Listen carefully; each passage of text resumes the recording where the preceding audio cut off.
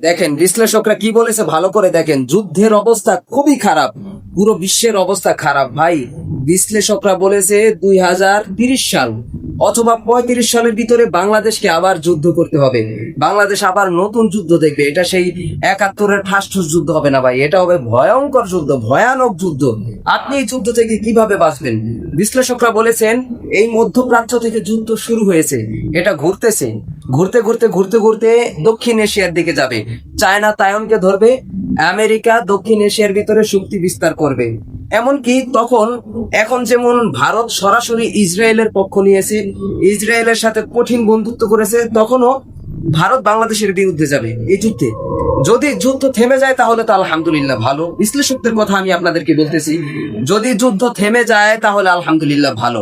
আর যদি যুদ্ধ না থেমে যায়, এটা যদি দক্ষিণ এশিয়ার দিকে চলে যায়, তাহলে চায়না তাইওয়ান ওই দিক দিয়ে শুরু হয়ে যাবে।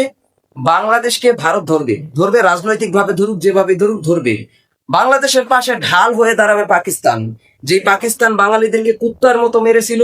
এই পাকিস্তানি বিশ্লেষকদের কথা, এই পাকিস্তানি বাংলাদেশের পাশে ঢাল হয়ে দাঁড়াবে। এখন এই ভয়ঙ্কর যুদ্ধ থেকে আপনি কিভাবে বাঁচবেন? বাঁচার কোনো উপায় আছে? অবশ্যই আছে, অবশ্যই কিছু কিছু উপায় আছে। এই যুদ্ধ থেকে বাঁচতে হবে আপনাকে ভাই। আপনার যদি টাকা পয়সা থাকে আপনি শহরে কিছু করেন না। হাদিসের কথা পরে বলি, বিশ্লেষকরা বলেছেন শহরে বসবাস করা অসম্ভব হয়ে যাবে, অচল হয়ে যাবে। আর হাদিসে আছে কিয়ামতের বহু তাকে শহরগুলো ধ্বংস হয়ে যাবে। আপনার যদি টাকা পয়সা থাকে আপনি গ্রামে জমি কিনে রাখুন, গ্রামে প্রচুর পরিমাণ জায়গা জমি কিনে রাখুন, শহরে কিছু করেন না।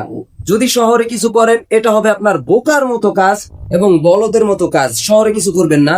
যদি যুদ্ধের কারণে পুরো দুনিয়ায় খাবারের অভাব হয়ে যায়, পুরো দুনিয়া একটা অভক্তিতে পড়ে যায়, আপনি যেন নিজে চাষ করে খেতে পারেন এতটুকু জমি কিনে রাখুন। কারণ যুদ্ধের সময় আপনার গ্রামের দিকে প্রভাবটা একটু কম পড়বে, তবে খাবারের প্রভাব পড়বে, খাবারের অভাব হয়ে যাবে। কিন্তু শহরের থেকে আপনি দূরে থাকবেন, যত দূরে থাকতে পারেন যুদ্ধের সময়। আমরা দোয়া করি যেন যুদ্ধ থেমে যায়, এই যুদ্ধ যেন আর না ছড়ায়। রাশিয়ার পুতিন বলেছে, রাশিয়ার সরকার বলেছেন এই যুদ্ধটা আস্তে আস্তে করোনা ভাইরাসের মতো পুরো বিশ্বে ছড়িয়ে যাবে যদি এখন এই যুদ্ধটা না থামে। আর যদি যুদ্ধটা দক্ষিণ এশিয়ার দিকে চলে যায় তাহলে ভারত ধরবে বাংলাদেশকে, কারণ ভারত তো ইসরায়েলের পক্ষে। তখন পাকিস্তান বাংলাদেশের পাশে দাঁড়াবে। ভাই ভারতের সাথে আরো একটা যুদ্ধ হবে, সেটা হবে ধর্মীয় যুদ্ধ, সেটা হবে অনেক বড় যুদ্ধ, সেটা কোনো রাজনৈতিক যুদ্ধ নয়। আমরা শান্তি চাই, কোনো যুদ্ধ চাই না। আর আমেরিকা যা শুরু করেছে, আমেরিকা পুরো বিশ্বের ভিতরে বড় একটা যুদ্ধ লাগিয়েই ছাড়বে, তাছাড়া সে ঠান্ডা হবে না, মনে হয় না। বিশ্লেষকদের কথা দেখলে এটাই মনে হয়, সে পুরো বিশ্বে একটা বড় যুদ্ধ লাগিয়ে ছাড়বে। আল্লাহ আমাদের সবাইকে হেফাজত করুক এবং বুঝার তৌফিক দান করুন।